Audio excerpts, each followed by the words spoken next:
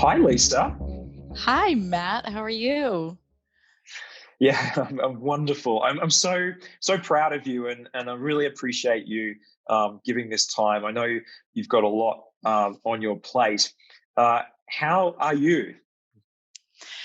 I'm actually great. I think like everyone in the world, I have gone through the COVID roller coaster of having days where I'm exhilarated and feeling really energized and motivated by the job I'm in. And then other days I've had to really dig deep and say, I'm having a rough one and I'm feeling the burden of working from home, working really intensely. For 3 months, I was away from my family as I was transitioning to this job and doing a global relocation. But I think I'm starting to see that part of the transition's behind me and just trying to be kind to myself. Yeah, that's very well put. So, for everyone Mhm. listening, Lisa is the Chief HR Officer of the Bill and Melinda Gates Foundation in Seattle, and you started this role in February 2020. What a moment to start. Well, I actually started at the end of March. So I accepted the job in February, but I didn't make the move until mid March. And I was originally going to start on April 1st, but the pandemic was escalating globally. Seattle was a hotspot. And I was sitting in Chile at the time and realized in mid March that if I didn't get on a plane really that day on March 16th, the borders were going to close and I'd miss my chance to relocate to Seattle. So I got here literally in the midst of the early days of the pandemic. So you left the family behind at short notice, and so they stayed Mhm, in Chile, and you moved to mhm. Seattle on your own. Yes. And that was the plan.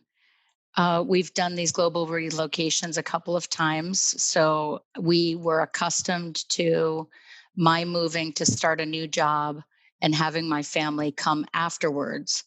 What we hadn't planned for was the intensity in a COVID context of me coming here, working 100% from home from the beginning, and then not being able to travel back to Chile during the course of those 3 months of planned separation. So I got here on my one way surprise ticket.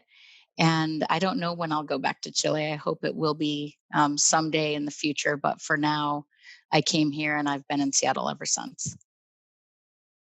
Now, what's amazing is you arrived 16th to 17th of March, and it's now sort of heading towards late July, and you have not been in the office. You've worked completely remote since you've started the job. Yes. It's so interesting because that sounds crazy when you say that. And my experience is that it has been much easier than I would have ever expected.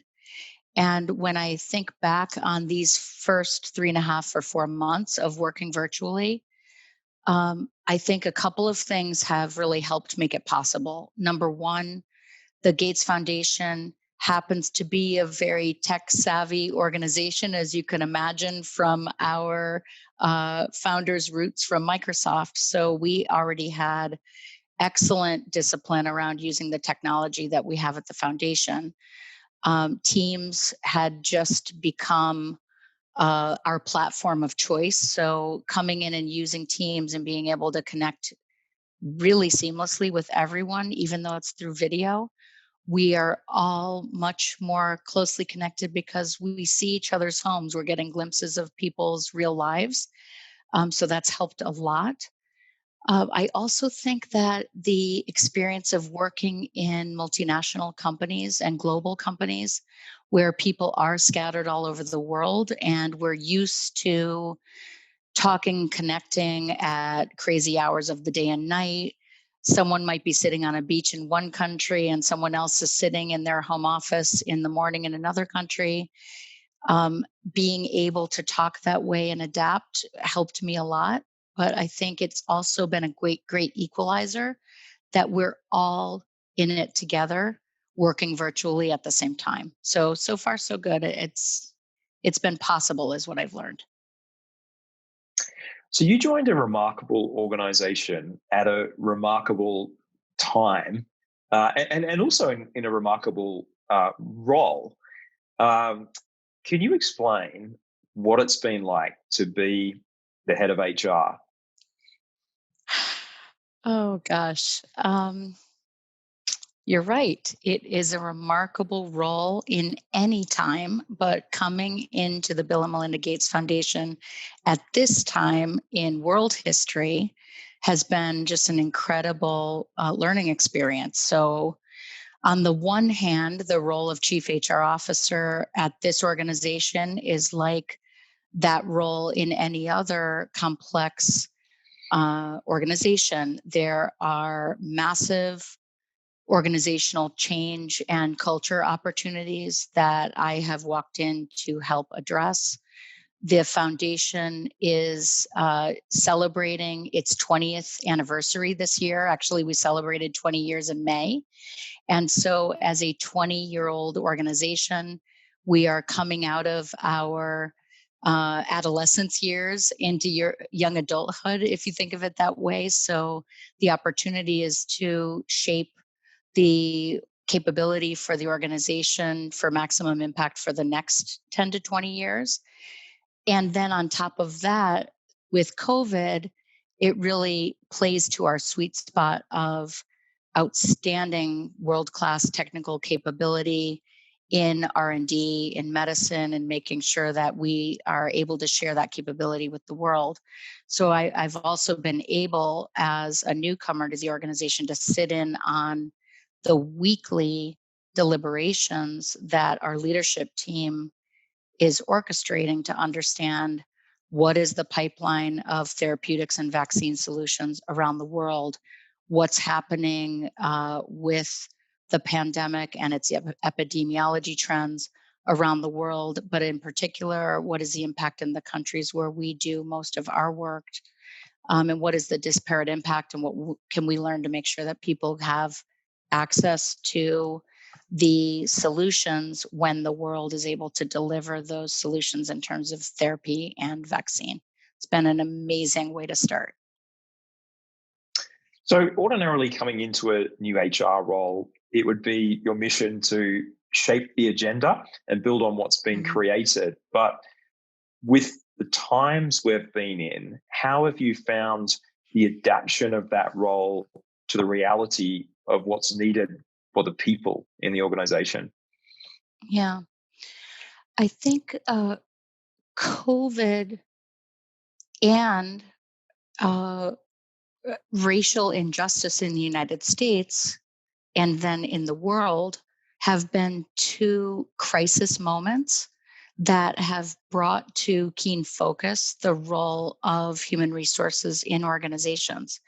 So we have a responsibility to help our leaders lead and help our leaders show up as leaders, not just with technical solutions, but also leaders with empathy and engagement and flexibility in these times of extreme change.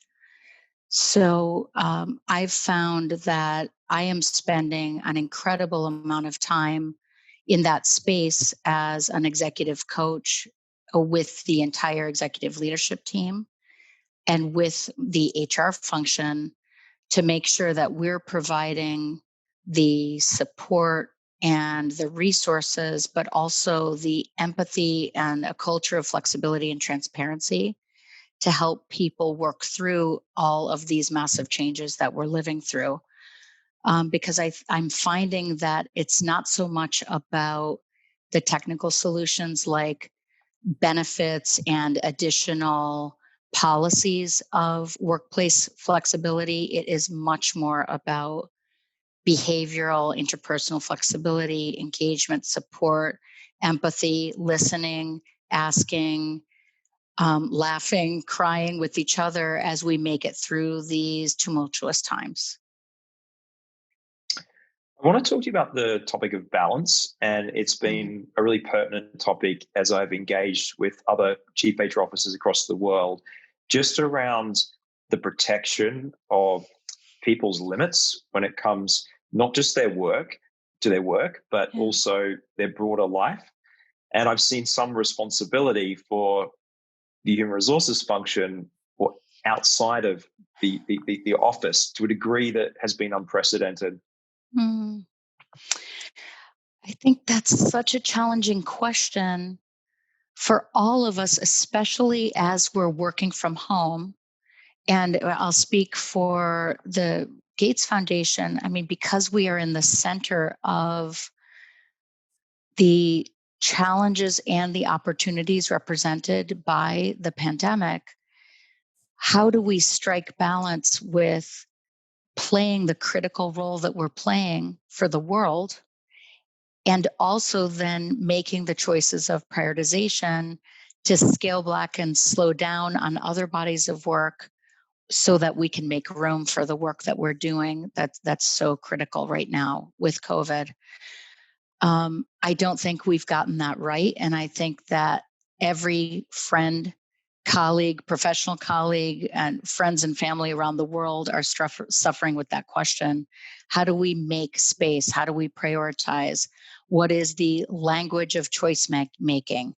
How do we empower each person at every level to speak up for what they need and make the arrangements with their managers? I think that's one lever that we all have to pull, is helping people feel comfortable raising their hand and saying, I can do this, I can't do this, I've reached my limit, I need to take some time off. I think we need to help managers be much more comfortable with flexibility in the sense of helping people work at whatever hours they can to feel comfortable, understanding what their requirements are for managing their childcare needs in the situation where we have young children at home who need support for schooling. How are families managing and negotiating that? Um, and how do we just facilitate the organizational capacity of prioritization? Is it resource allocation? Is it aligning against priorities? It's having those strategic conversations at the ELT level to decide what we're going to keep doing, do less of, do more of. I don't see any magic bullets on that question. I think it is all about alignment and courageous conversation at every level, from the top to the front lines of the organization.